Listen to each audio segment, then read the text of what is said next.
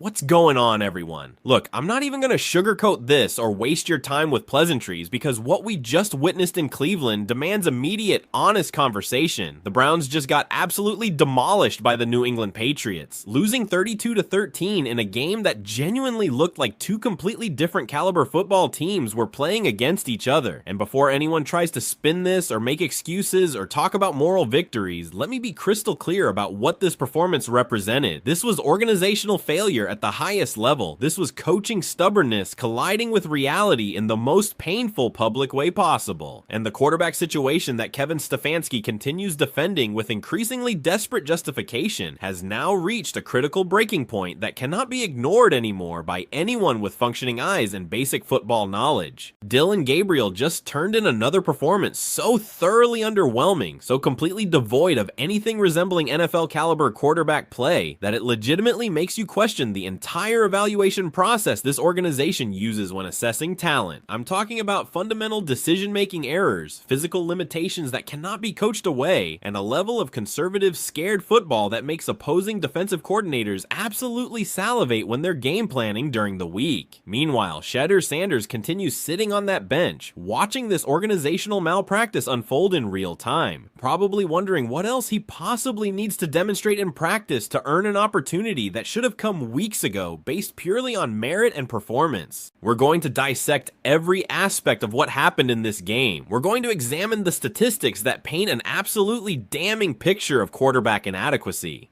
We're going to discuss why Kevin Stefanski's continued loyalty to Gabriel has crossed from coaching patience into something approaching organizational negligence. And we're going to explain precisely why this situation cannot continue another week if Cleveland has any remaining aspirations of salvaging something productive from this season before it completely spirals into total irrelevance. The final score tells part of the story, but honestly, it doesn't capture how thoroughly dominated Cleveland looked throughout this entire football game. 32-13 sounds bad enough when you see it on the scoreboard, but when you actually watch how those points were accumulated, when you see the complete lack of offensive rhythm or explosiveness or basic competence from Cleveland's side, the picture becomes exponentially worse. This wasn't a competitive game where a few plays went wrong or a couple bounces didn't go their way. This was systematic failure across every phase of offensive football, with the quarterback position serving as the epicenter of all that dysfunction. Dillon Gabriel completed 21 passes on 35 attempts, which calculates to exactly 60% completion percentage. Now, I know some people will hear that number and think it sounds somewhat reasonable, somewhat acceptable for an NFL quarterback in a tough road environment, but context matters tremendously here, and the context makes this percentage look far worse than the raw number suggests. The modern NFL has evolved into a quarterback-friendly league where offensive systems are specifically designed to create easy completions, where defensive rules heavily favor passing offenses, and where the league average completion percentage consistently hovers between 65 and 67% for starting quarterbacks. Gabriel came in 5 to 7 percentage points below that league average, and that's before we even discuss the types of throws he was attempting, which were overwhelmingly short, low-difficulty passes that inflate completion percentages artificially. But completion percentage barely scratches the surface of how inadequate Gabriel's performance truly was in this game. He threw for only 156 total yards across 4 complete quarters of professional football. Let that number sink in for a moment because it represents productivity so far below NFL standards that it borders on historically bad for a starting quarterback in today's era. 156 yards against a Patriots defense that isn't exactly being confused with the Steel Curtain or any other legendary defensive unit from NFL history. That works out to barely over 4 yards per attempt, which is catastrophically low production that would get most quarterbacks immediately benched in any organization that prioritizes winning games over protecting coaching decisions and ego investments. For proper perspective on just how inadequate that yardage total is, consider that most functional NFL offenses expect their quarterback to produce somewhere between 250 and 300 passing yards per game in modern football. That's not an elite standard reserved for Pro Bowl quarterbacks. That's baseline production for adequate NFL passing games that can keep defenses honest and support their running games. Gabriel didn't even crack 200 yards. He fell more than 100 yards short of even mediocre production expectations. interceptions. That's not a small gap that can be explained away by game script or weather conditions or any other external factor. That's a chasm of incompetence that demands immediate accountability. The situation deteriorates even further when we examine the turnovers that killed any momentum Cleveland tried building and essentially ended their competitive hopes in this game. Gabriel threw 2 interceptions, both of which were absolutely inexcusable mental errors that reflected either poor pre-snap recognition, terrible decision-making under pressure, or physical limitations preventing him from executing throws his brain was attempting. These weren't fluky tips at the line of scrimmage where you could reasonably argue bad luck played a role. These weren't incredible athletic plays by defenders making spectacular breaks on the football. These were forced throws directly into coverage, poor reads of defensive alignments, and fundamental mistakes that suggest a quarterback who either doesn't understand what defenses are showing him or lacks the arm talent to execute what the play design requires. Gabriel did throw 2 touchdown passes, which will appear in his final stat line and might give casual observers a false impression that he had some positive moments balancing the negative ones. But anyone who actually watched this game from start to finish knows those touchdowns came almost exclusively during garbage time, when New England had already established a comfortable lead and backed their defense into soft prevent coverage designed to protect against deep shots while conceding short underneath completions. These weren't impressive throws requiring elite anticipation, exceptional arm strength, or outstanding decision-making under duress. These were essentially layups, completions that nearly any NFL quarterback could have executed in those specific low-pressure circumstances against defenses playing a dozen yards off the line of scrimmage. The receiving statistics tell an even more revealing story about what was actually happening schematically throughout this game. Fannin Jr. finished with 6 receptions for 63 yards, which might sound like reasonable production until you understand how those yards were accumulated. It was checkdowns on nearly every passing attempt, short throws behind or within 5 yards of the line of scrimmage, dump-offs to safety valves when Gabriel's primary reads weren't immediately wide open. This represents the kind of ultra-conservative, scared quarterback play that makes defending an offense exponentially easier because defensive coordinators know with absolute certainty that vertical threats don't exist and they can aggressively jump underneath routes without fear of getting beaten deep.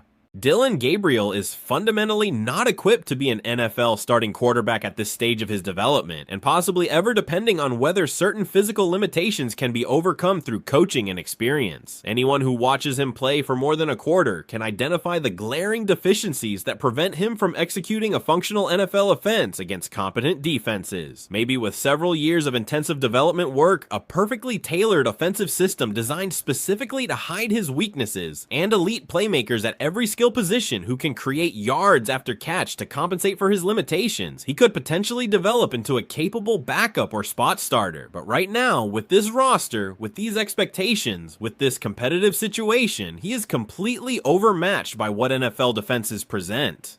The predictable part of this entire cycle comes next, and we've seen this script play out multiple times already this season with only minor variations in the specific excuses deployed. Kevin Stefanski will stand at that podium during his press conference, face the assembled media with that increasingly exhausted expression, and deliver his carefully prepared explanations for why yet another Dillon Gabriel performance fell catastrophically short of acceptable standards. He'll mention execution issues that need correcting. He'll reference missed opportunities that the offense needs to capitalize on better. He'll say the coaching staff needs to put players in better positions to succeed. He'll credit the opponent for making plays and executing their game plan. He'll use every generic coach speak cliche that sounds professional and reasonable on the surface, but doesn't actually address the fundamental quarterback inadequacy that everyone can plainly observe.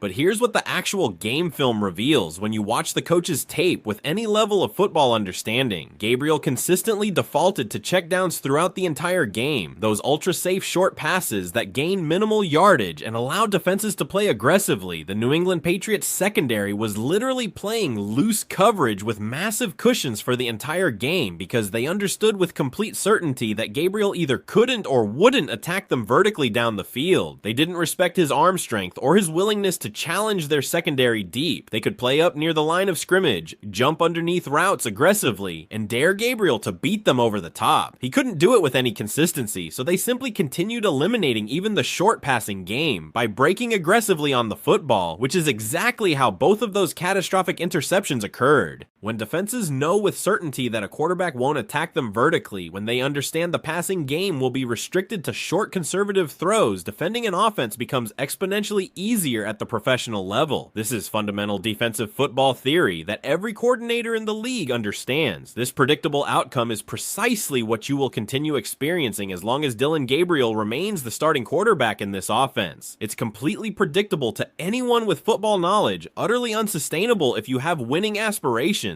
and systematically destroying any chance Cleveland has of competing in winnable games against average opponents. If Kevin Stefanski wants to stubbornly continue playing Dillon Gabriel despite overwhelming evidence screaming that this approach isn't working and will never work at an acceptable level, then Browns fans should prepare themselves for more of exactly what they witnessed against New England. They're going to continue experiencing this organizational dysfunction that the coaching staff is deliberately perpetuating through poor decision-making and stubborn loyalty to a failing quarterback experiment. Here's something that might initially sound contradictory, but actually makes perfect sense when you think through the broader implications. It's genuinely fortunate for Shedeur Sanders that he isn't playing right now for this Cleveland Browns team under Kevin Stefanski's current offensive philosophy. I understand that sounds insane on the surface, seems to contradict everything about wanting him to play immediately, but consider this carefully from a player development and long-term perspective. Consider how catastrophically conservative and limiting Stefanski's play calling has been with this ultra-safe, check-down-heavy approach. Consider that Stefanski is systematically exposing Dillon Gabriel to the entire NFL world every single week, demonstrating conclusively to everyone watching that Gabriel is nowhere near the same talent level as Shedeur Sanders. Kevin Stefanski is actually doing Shedeur Sanders an enormous favor right now, without realizing it or intending any benefit to Sanders whatsoever. Every terrible Dillon Gabriel performance makes the talent gap more obvious and undeniable. When Shedeur finally gets his inevitable opportunity, and that day is absolutely coming whether Stefanski wants it or not, the immediate improvement in every offensive metric is going to be so dramatic and obvious that nobody will be able to deny it or explain it away with coaching excuses. The offense will immediately look completely different from the very first series, more dynamic in its play calling options, more explosive in its big play capability, more threatening to opposing defensive coordinators who will actually have to respect vertical passing threats.